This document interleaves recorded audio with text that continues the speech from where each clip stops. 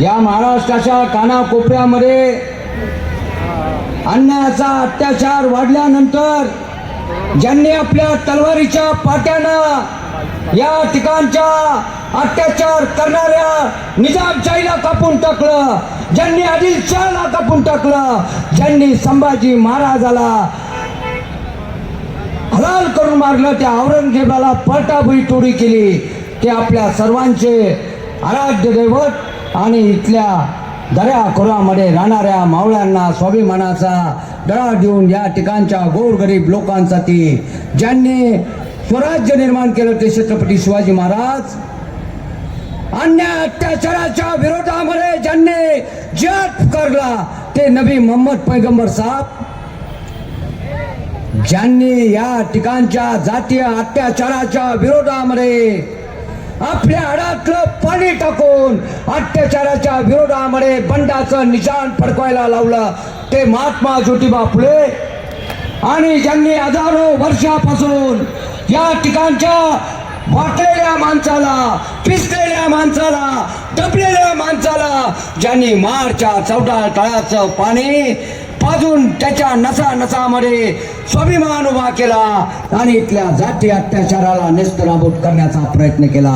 या ठिकाणच्या माणसामध्ये भेट करणाऱ्या मनुस्मृतीला ज्यांनी जाळून टाकलं आणि ज्यांनी या ठिकाणच्या माणसाला माणुसकीचं जीवन नाकारून जनावरांसारखं, किड्या मुंग्यांसारखं रगडणाऱ्या लोकांना आपल्या लेखणीनं कापून टाकण्याचा संदेश दिला. ज्यांनी या ठिकाणच्या संविधानामध्ये या ठिकाणच्या गोरगरीब लोकांना, या ठिकाणच्या भारतातल्या प्रत्येक प्रदेशातून आलेल्या लोकांना, या ठिकाणच्या दलित माणसाला, या ठिकाणच्या मुसलमान माणसाला, या ठिकाणच्या ख्रिश्चन माणसाला, या ठिकाणच्या भटक्या मुक्त जाती जमातीच्या माणसाला, या ठिकाणच्या गावकुसा बाहेर असलेल्या माणसाला या ठिकाणी कायद्यानं जरब बसवण्याचं आपल्याला संविधानिक अधिकार दिले ते आपले सर्वांचे मसीहा डॉक्टर बाबासाहेब आंबेडकर यांना प्रथमतः विनम्र अभिवादन करतो.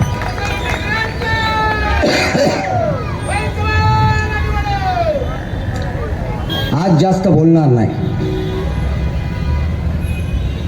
पण 31 वर्ष आपण बोलत आलो, 31 वर्ष या व्यवस्थेला सुरुवात आलो. या व्यवस्थेला आणि या ठिकाणच्या माणसांना जनावरांप्रमाणे लगडणाऱ्या आणि या ठिकाणच्या माणसाला घराच्या बाहेर काढणाऱ्या, या ठिकाणच्या माणसाला बेघर करणाऱ्या, या ठिकाणच्या माणसाला जात बघून त्याचे हलाल करून मारणारा, या ठिकाणच्या माणसाला धर्म बघून त्याला बदनाम करणाऱ्या लोकांच्या कानफुटात मारण्यासाठी आपण भारतीय दलित खोबऱ्याचा झेंडा उभा केला. या ठिकाणी 31 वर्ष आपण संघर्ष केला, 31 वर्ष रस्त्यावर लढलो. 31 वर्षामध्ये तुमच्या संघर्षानं 2005 ला या पुणे स्टेशनच्या परिसरामध्ये त्यावेळेचे मुख्यमंत्री विलासराव देशमुख हे राज्यपाल नॉमिनेशनची आमदारकीचा प्रस्ताव घेऊन माझ्याकडे आले. राज्यमंत्रीपदाचा प्रस्ताव घेऊन आपल्याकडे आले.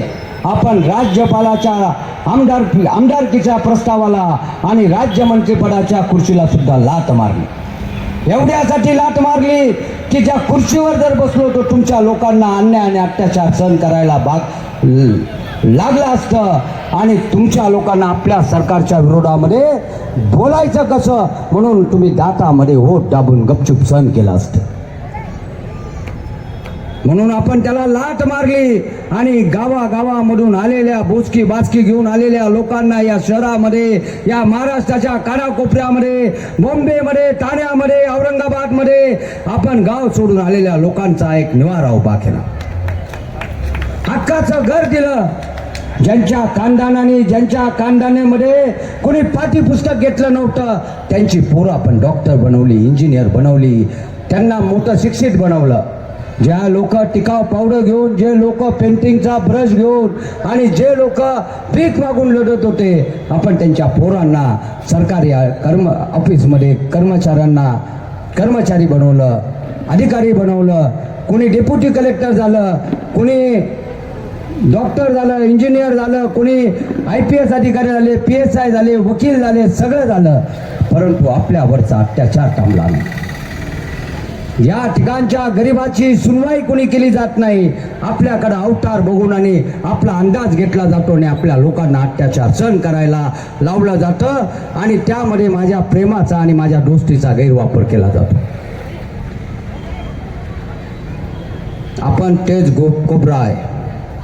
जाता जाता फक्त एवढंच सांगतो की साप जर निश्चित पडला तर लहान पोरं त्याला कराटेच्या काठीने मारतात आणि 10-10, 12-12 वर्षाच्या पारद्याच्या पोरीवर फुटपाथवर राहणाऱ्या पारद्याच्या पोरीला पळवून नेऊन जर अत्याचार होत असतील, बलात्कार होत असतील आणि 3 महिने झाल्यानंतर बी पुणे शहराचे पोलीस आरोपींना अटक करत नसतील तर लाज वाटते मला माझ्या स्वतःवर, लाज वाटते मला माझ्या संघटनेवर, लाज वाटते मला बाबासाहेबांनी दिलेल्या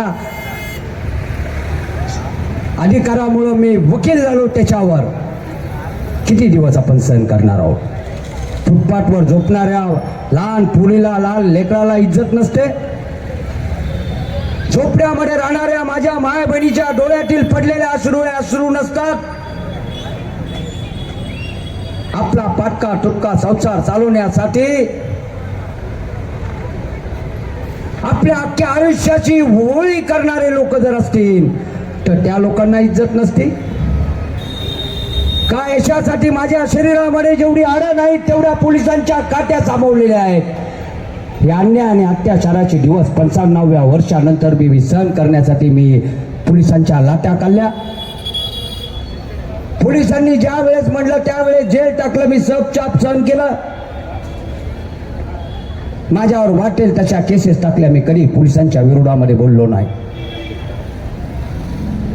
अरे पण गरीबावर जर अन्याय झाला, 10-12 साल की लड़की को फुटपाथ से उतार के उनके ऊपर रेप किया जाता, उसके एक्यूज लोगों को, आरोपी लोगों को, जिम्मेदार लोगों को आप हिरासत में नहीं ले सकते?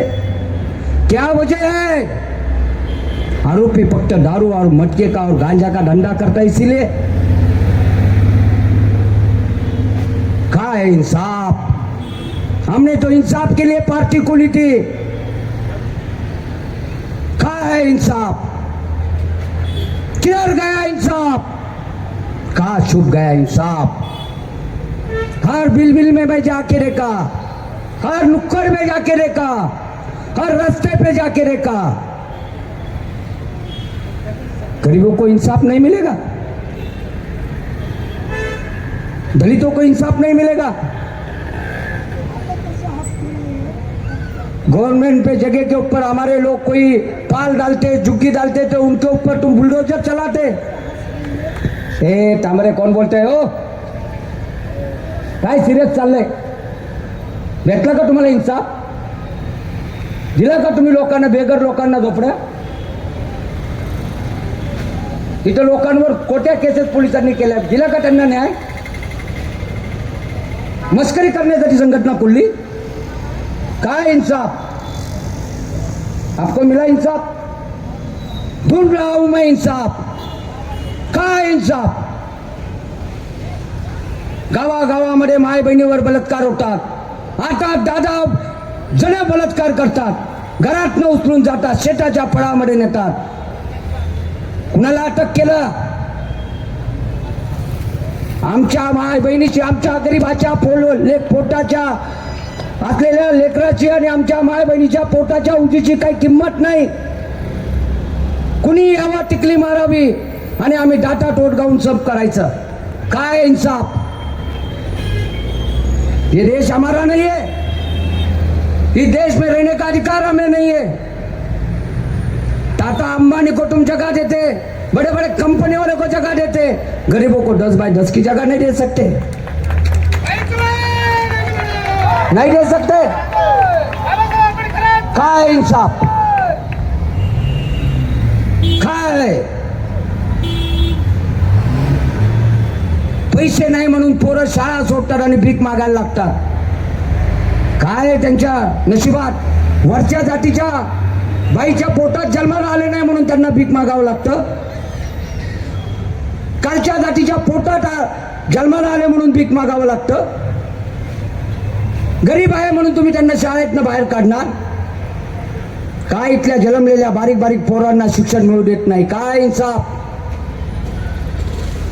स्कूल में इंसाफ नहीं है, गरीबों को बच्चों को पर एडमिशन नहीं है, बड़े बड़े हॉस्पिटल खोले, उनको सरकारी जमीन दी, सरकारी पैसा दिया, मगर कोई गरीब पेशेंट, कोई गरीब मरीज सरकारी हॉस्पिटल में जाता तो उसको पैसा मांगते, 5 लाख मांगते, 10 लाख मांगते, 2 लाख मांगते, मुद्दे को भी हाथ नहीं लगाते। इलाज करते करते यहाँ का आम इंसान मर जाता, मगर डॉक्टर लोग इलाज नहीं करते।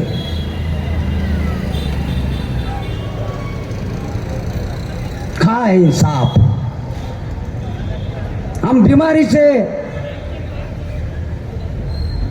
तड़प तड़प के मरते, फिर भी हमको पानी नहीं मिलता, दवा गोली नहीं मिलती, डॉक्टर हमारे मरीज को हाथ नहीं लगाते।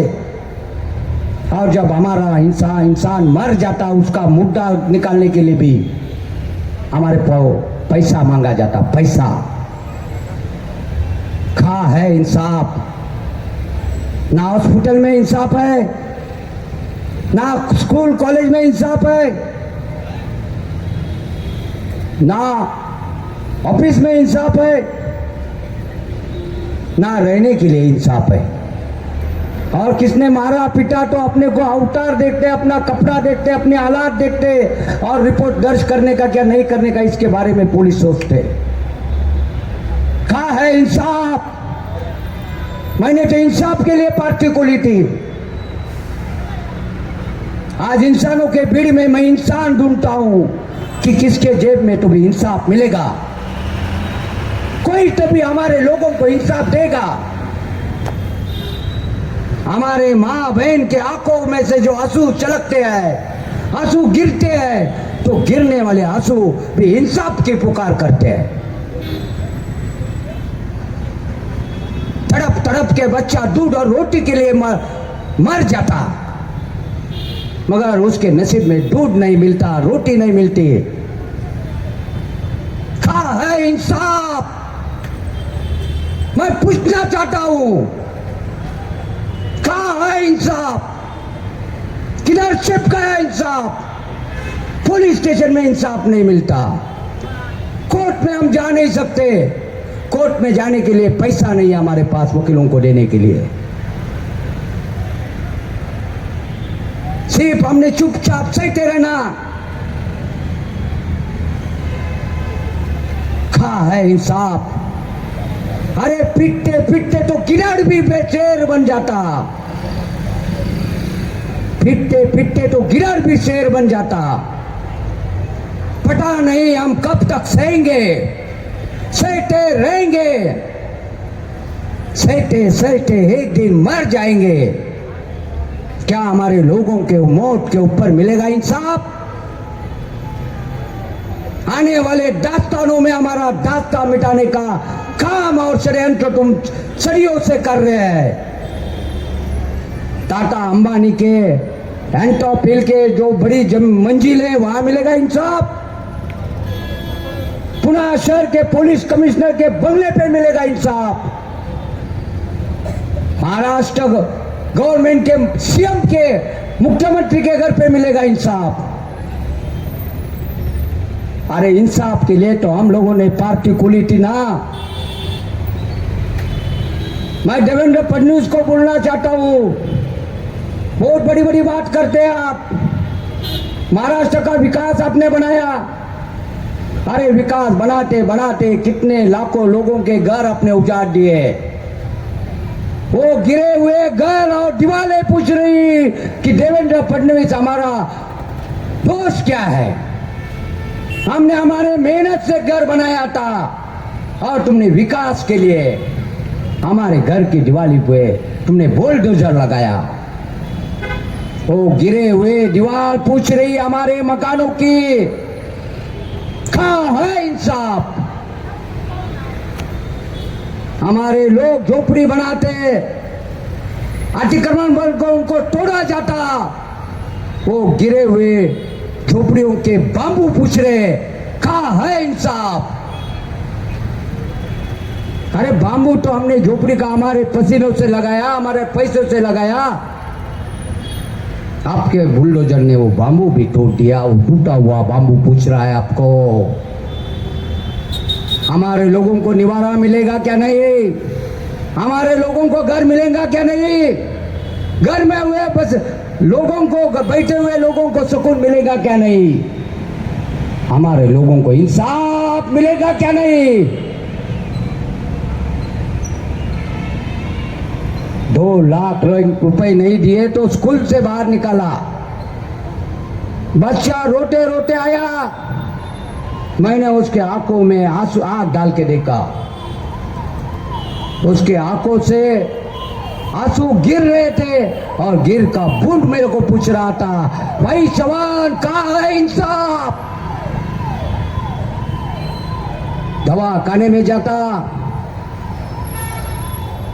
मरीज बेड पे रहता, डॉक्टर पैसे मांगते रहते और हमारी माँ बहनें अपना पेशेंट बचाने के लिए जिस्म बेचने को तैयार होती। उनका जिस्म का रोम रोम पूछ रहा मेरे को, भाई जवान कहाँ है इंसाफ? सिर्फ गाड़ी चलाने से और गाड़ी के घूमने में से इंसाफ नहीं मिलता, बड़ा नाम से इंसाफ नहीं मिलता, बड़े हवेली से इंसाफ नहीं मिलता। इंसाफ मिलता जिगर से, जिगर से इंसाफ मिलता, हिम्मत से इंसाफ मिलता, एकता से। मैंने एक कहावत सुनी थी बचपन में, हमने पूछा कि हम गरीब हैं, फुटपाथ पर सोना चाहते हैं, हमको गाड़ी चाहिए, बंगला चाहिए, बड़ा बड़ा ईमान चाहिए। तो उन लोगों ने मेरे को पूछा कि एक तो आपको पैसा कमाना चाहिए, नहीं तो खुद का राज बनाना चाहिए। मैं तो किसी को लूट नहीं सकता, मैं ये सरकार का पैसा भी लूट नहीं सकता, मैं किसी के जेब में हाथ डाल के उसका पैसा, उसका संपत्ति, उसका जेवरात चुरा नहीं सकता। मैं पैसा कमाता था तो मैं अकेला बहुत बड़ा बनता था, मगर मेरे को मेरे जैसे हर इंसान को बड़ा बनाना है। मेरे हर माँ बहन के चेहरे पे हंसी दिखनी है, मेरे घर के हर छोटे छोटे बच्चों के चेहरे पे मुस्कुराहट दिखनी है। मेरे हर भाई जो सुबह से उठता शाम तक परेशानी से उसकी नींद खुलती और परेशानी में वो कभी सोता कभी नींद आती, उसको पता नहीं। वो हर भाई जो मेहनत मजदूरी करता, पसीना लगाता, अपना खून जलाता, वो हर पसीने के बूंद को उसने जलाए हुए अपने हर खून के बूंद को मुझे कीमत चाहिए। इसीलिए मैंने उन्हीं दिन फैसला किया था कि मैं पैसा नहीं कमाऊंगा, मगर गौर गरीबों का राज्य कमाऊंगा, राजा बनूंगा, और ऐसा राजा बनूंगा कि ना किसी माँ बहन की इज्जत पे कोई हाथ डाले, ना कोई इंसान बेघर रहे, ना कोई बच्चा स्कूल से बाहर हो, और ना कोई इंसान डोली और दवा और गोली के लिए तड़प से मरे। 13 साल ये शहर में कोई माँ बहन गुजरती थी, स्कूल में छोटी छोटी बच्ची जाती थी और उसकी कोई छेड़खानी करता था तो वो माँ बहना उसके घर वाले बोलते थे, वो बच्ची बोलती थी कि तू छेड़ मत, नहीं तो हम भाई जवान को बोलेंगे। हमारा नाम सुनते इस शहर में छेड़खानी बंद होती थी, क्योंकि हम हाँ बोले तो छेड़ते नहीं और ना बोले तो छोड़ते नहीं। हजारों लोगों को हमने इस शहर में मकान दिलाया, बड़े बड़े छोटी छोटी झुग्गियों से बड़े बड़े ईमान बने। जिनके घर में पार्टी ढिकी नहीं थी, उनके घर के सामने हमने पार्टी लगवाने को मजबूर किया। कोई आईपीएस बना, कोई कलेक्टर बना, कोई डिप्टी कलेक्टर बना, कोई जज बना, कोई वकील बना, कोई उद्योगपति बना, कोई कर्मचारी बना, जो भी बना, मगर अच्छा बना, इंसान बना। मगर हमने इंसान बनाया, मगर इंसानियत उनके दिल में पैदा करने को हम कम गिरे। हमने उनको सब दिया, गाड़ी दी, घर दिया, इमला दिया, मगर हमने उनको संस्कार नहीं दिया। जिसको मिला उसने हाथ ऊपर किया, बाय बाय किया। आज उनके बच्चे लोग स्कूल के बाहर आ रहे। कल मैंने जो झुग्गियाँ खड़ा की विकास के नाम पर, वो झोपड़ियों को और 40-40, 50-50 साल के बस्तियों को सरकार आज बुलडोजर लगा के उनको बेघर कर दी। हमने ये शहर में बड़े बड़े हॉस्पिटल में हमारे सरकार की कानून के ऊपर नहीं, हमारे गरीब लोगों के एकता के ऊपर, जिगर के ऊपर, हिम्मत के ऊपर हॉस्पिटल में गरीब लोगों का इलाज फ्री करने को लगाया। सरकार ने तभी कानून पारित किया, मगर हमारे लोगों ने दलाली बड़वेगिरी की। आज हॉस्पिटल में जाने के पहले हमको पैसा भरना पड़ता, तड़प तड़प के हॉस्पिटल के बाहर हमारी एकाधी माँ बहन डिलीवरी हो जाती और उसके बच्चों को सड़क पर ही पैदा कर देती। और जब बच्चा रोता तो वो पूछता, कहाँ है भाई जवान, और कहाँ है उसका इंसाफ।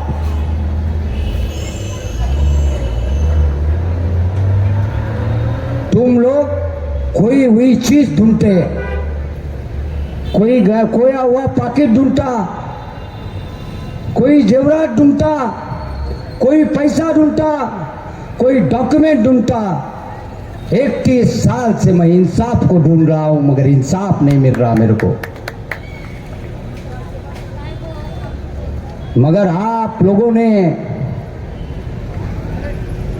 आज के दिन दिखा दिया, वो उम्मीदें, वो उमंग, और जो जाला मैंने 31 साल पहले कोबरा का झेंडा फहराते हुए, अरे पिरेची बायको तुला इंसाफ भेटला का, चल ना मागं मान,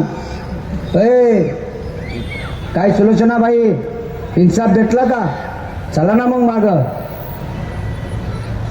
इंसाफ ढूंढायचा ना का पळून जायचंय, मग इंसाफ किधर आहे? गेल्या 4-5 दिवसापासून या शहरामध्ये पाऊस पडतो, गुडघ्यावर पाण्याने रस्त्यावर पाणी तुंबलं जातं, सोसाट्याचा वारा सुटतो, वादळ सुटतं, लोक जीव काढून आपला जीव वाचवत पळतात।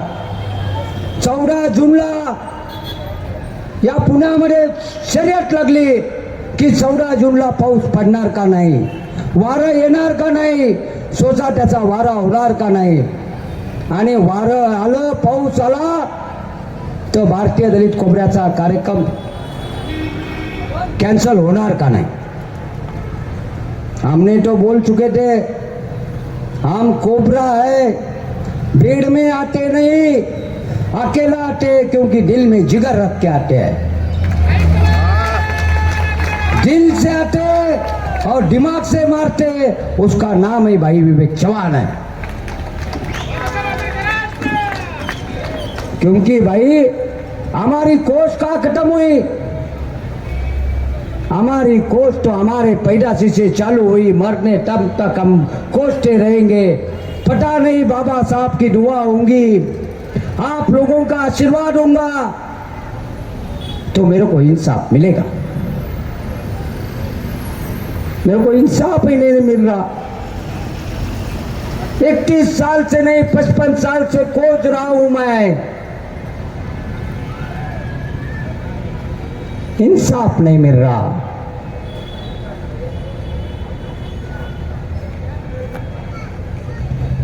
आपण सभा चालू केली त्यावेळेस पाऊस आला, पुण्याच्या काही भागामध्ये वारं सुटलं, वावदान सुटलं, वादळ सुटलं, तरी सुद्धा तुम्ही कोबऱ्याचा निळा झेंडा घेऊन वर्धापन दिनासाठी या ठिकाणी आलात।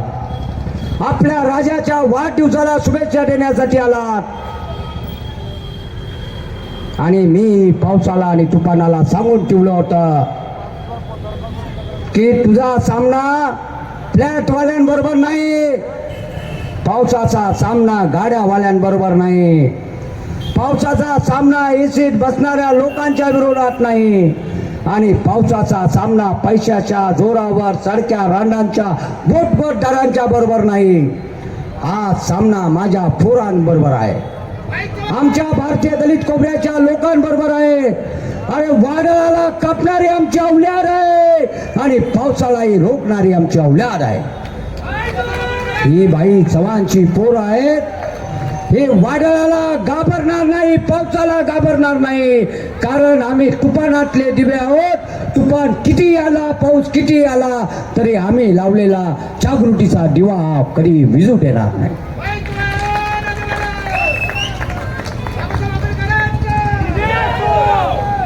ही तुफानाला रोखायची ताकद पुन्हा आपल्याला आपल्या माणसांमध्ये निर्माण करावी लागेल.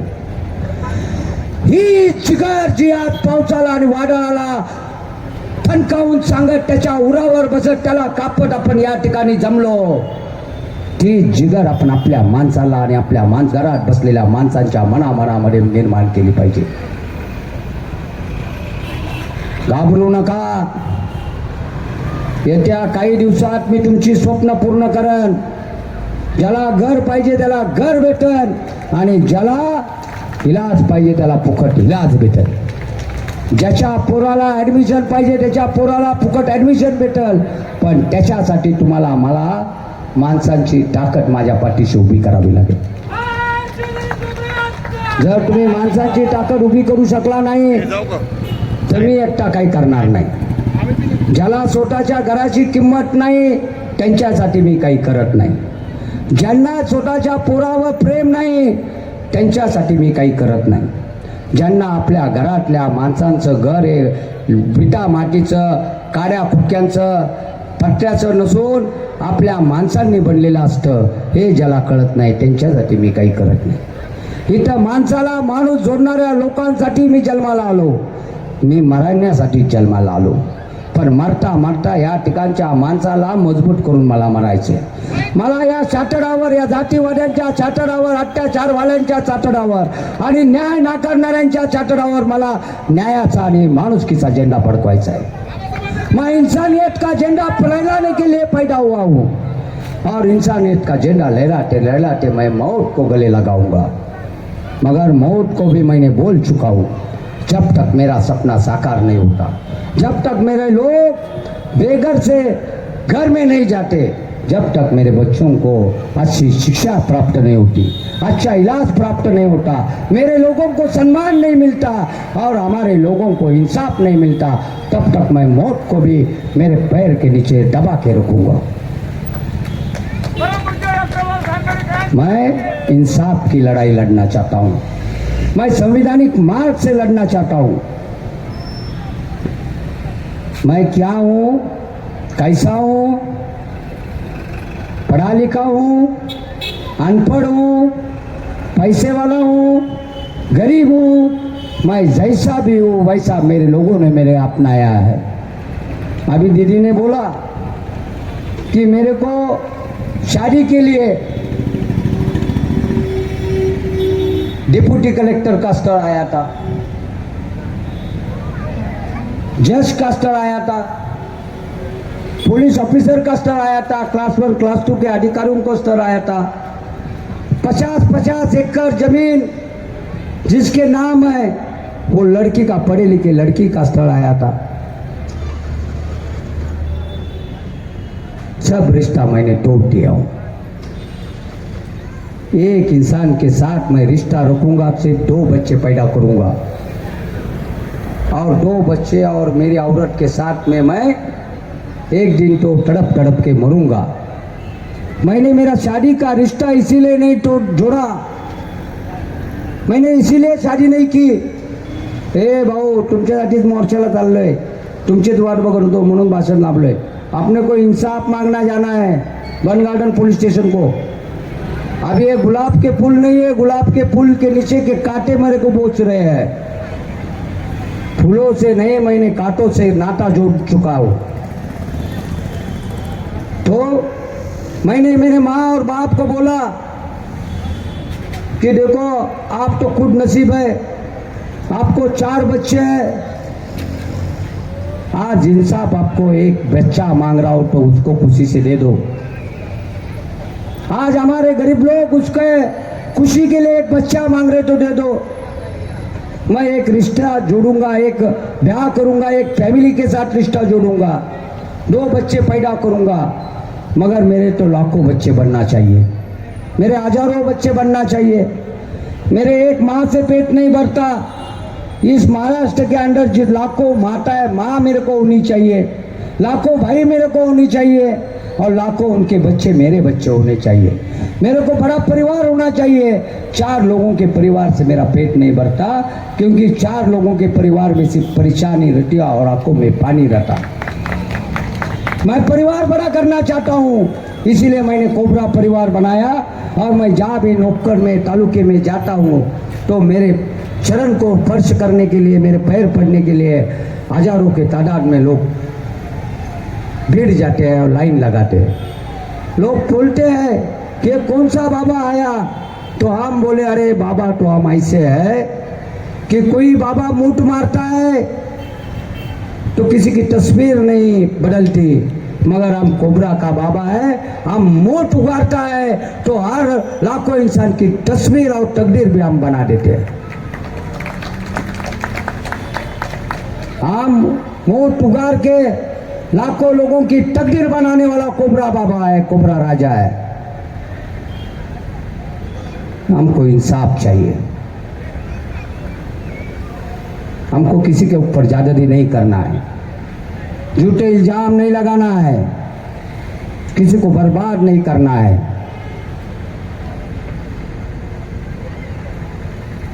तो 2009 को इन्होंने संगठन को रोक लगाने की कोशिश की। हमने एक दिन में महाराष्ट्र के अंदर 8,000 हमारे शाखी के बोर्ड उतार दिए, और हमने तभी बोला ना बोर्ड रहेगा, मगर घर घर में हमारा इंसान रहेगा, उसके दिल में लड़ने की हिम्मत रहेगी, जिगर रहेंगे, और जिगर का दूसरा नाम भाई चौहान रहेगा। हमने परिवार बनाया है, कहाँ रोकेंगे हमें? अरे भाई हम लोग कहाँ से आते हैं और कहाँ मिल जाते हैं आपको भी पता नहीं चलता, कहाँ से रोकेंगे? बंद करो आपका अत्याचार, दे दो गरीबों को इंसाफ, दे दो गरीबों को 10 बाय 10 की जगह। आज हमारे लोगों को यदि जगह नहीं मिली तो आपके नापाक सपने हैं ना, उनको हम 4 बाय 6 की स्मशान भूमि की जगह दे देंगे।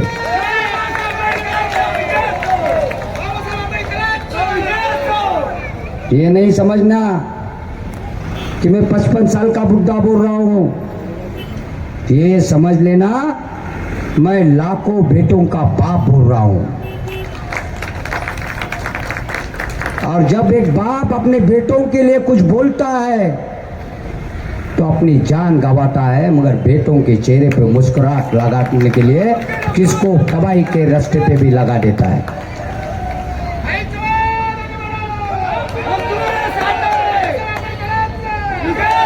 मैं कल भी वही था, आज भी वही हूं, सिर्फ छूट बैठा था, पास पूछ करना नहीं बुलाऊं, और ना ही काटना और डसना बुलाऊं। दास्तान खोल लेना दास्तानों के पन्ने से।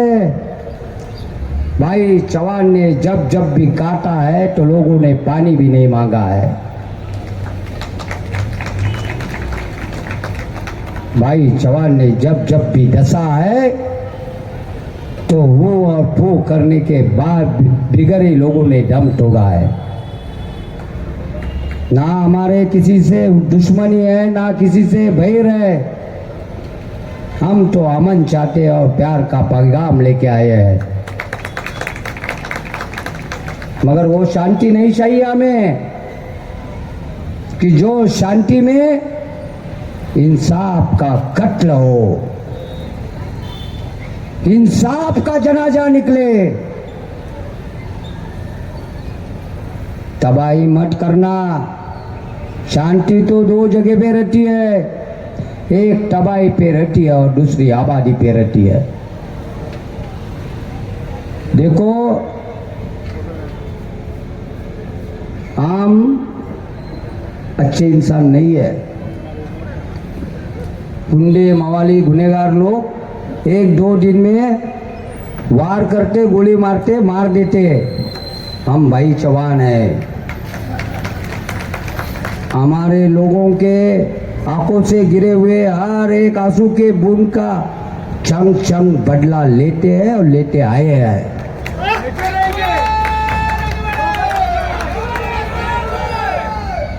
छोड़ेंगे नहीं। तुमने हाँ बोला, तुम्हारे तरफ देखेंगे नहीं, और तुमने ना बोला हमारे लोगों को, तो तुमको छोड़ेंगे नहीं। तबाही के रास्ते पे बैठना तय करो। देखो, कोई गुनेगार गुंडा मवाली से डर लेना। वो क्या करता, हथियार से मार देता, गोली से मार देता, 1 मिनट में खत्म करता। भाई जवान जलाता भी नहीं, डुबाता भी नहीं, तड़प तड़प के मारता।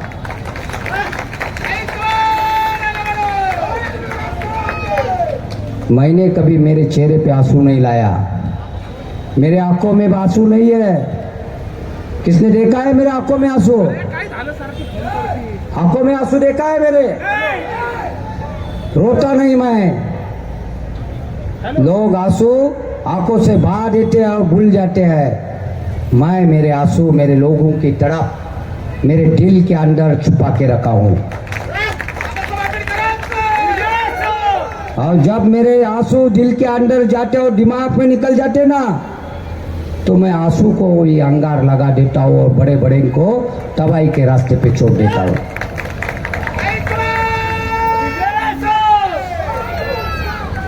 समझ लेना, हम लोग बड़ी और भारी संख्या में रास्ते पे 8-10 साल में आए नहीं, तो इनको लगा कोबरा सो गया, कोबरा आएगा। परसों के दिन एक गांव में गया था मैं, एक देहात में गया था। सब लोग खाना खा रहे थे, कुछ लोग डांस कर रहे थे, डीजे पे डांस कर रहे थे। हम बोले बाबा हम जा रहे, तो हमको रास्ता दीजिए, मगर लोग रास्ता आज करके डांस कर रहे थे, हमको भी जाना नहीं दे रहे थे।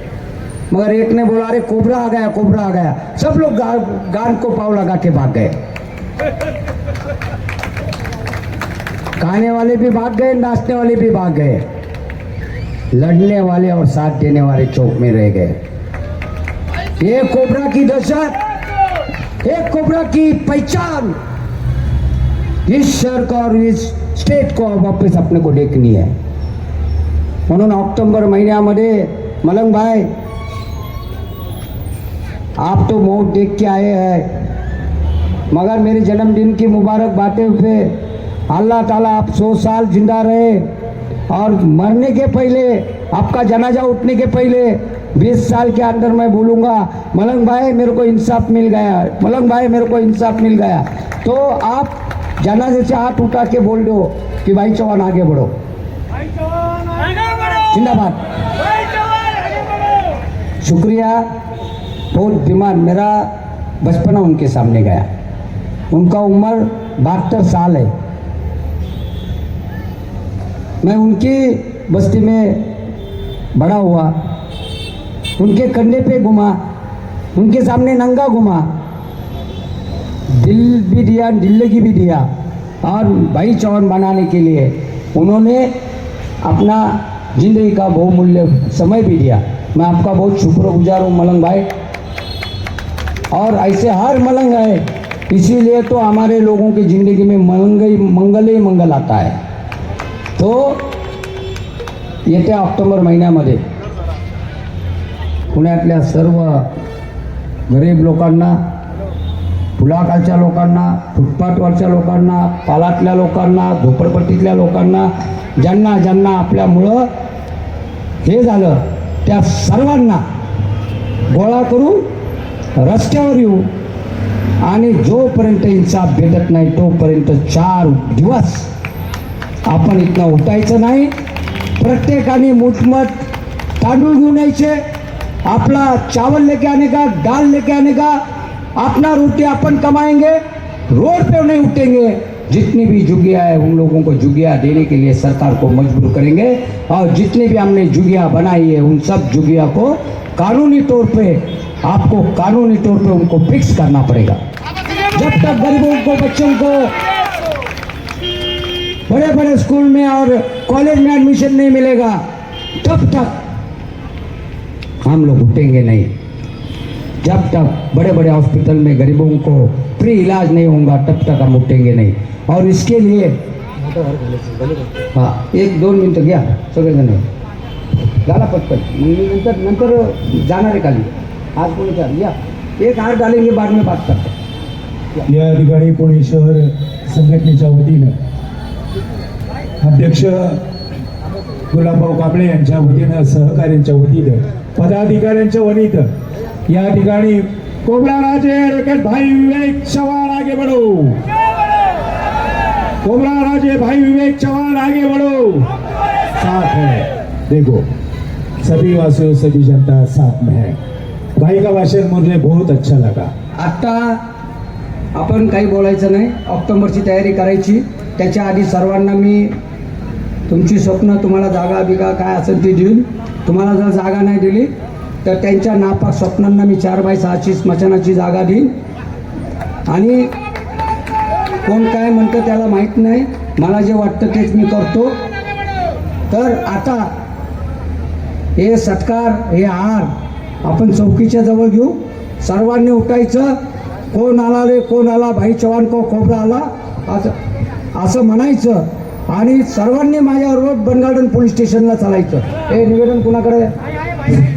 हां, आता सर्वांनी एकसाथ उभं राहावं. राष्ट्रगीत होईल, मग आपण सर्वजण बनगार्डन पोलीस स्टेशनला जाऊ. राष्ट्रगीत चालू करू.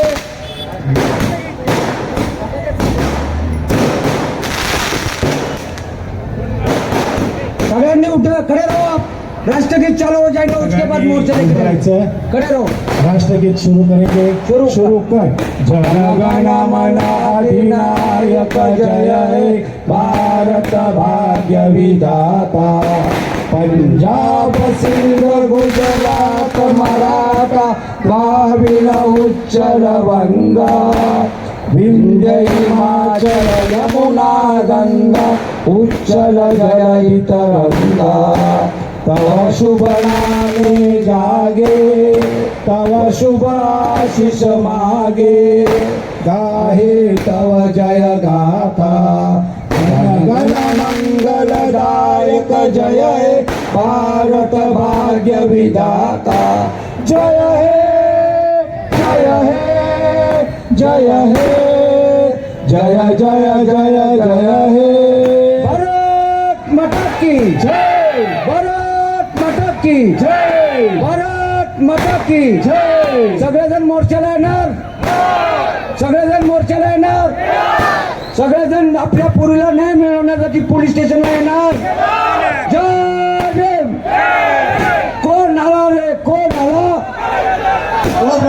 कोण आला रे, कोण आला. भाई चव्हाणचा कोबरा आला. कोण आला रे, कोण आला. भाई चव्हाणचा कोबरा आला. कोण आला रे, कोण आला. भाई चव्हाणचा कोबरा आला. सगळेजण पोलीस स्टेशनला चला.